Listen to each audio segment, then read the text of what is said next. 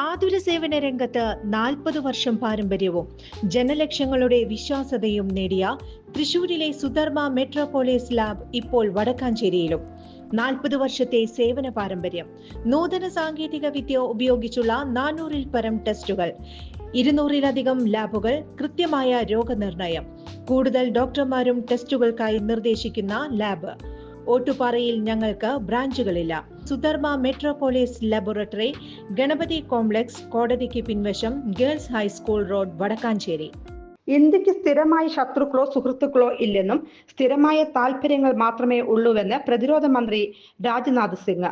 പ്രതിരോധം ആത്മനിർഭരത അഥവാ സ്വാശ്രയത്വമാക്കാനാണ് ഇന്ത്യ ശ്രമിക്കുന്നതെന്നും രാജ്നാഥ് സിംഗ് പ്രതികരിച്ചു. ദേശീയ മാധ്യമത്തിന്റെ പ്രതിരോധ ഉച്ചകോടി 2025 വെച്ച് രാജ്നാഥ് സിംഗ് നടത്തിയ ഈ പ്രസ്താവന ഇന്ത്യ അമേരിക്ക ബന്ധത്തെയും ഇന്ത്യ ചൈന ബന്ധത്തെയും സൂചിപ്പിക്കുന്നതാണ്.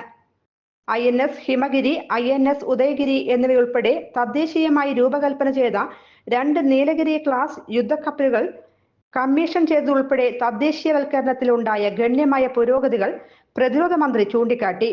ഇന്ത്യയുടെ തദ്ദേശീയമായി നിർമ്മിച്ച പ്രതിരോധ സംവിധാനമായ സുദർശൻ ചക്ര ഉടൻ യാഥാർത്ഥ്യമാകുമെന്നും അദ്ദേഹം പ്രഖ്യാപിച്ചു.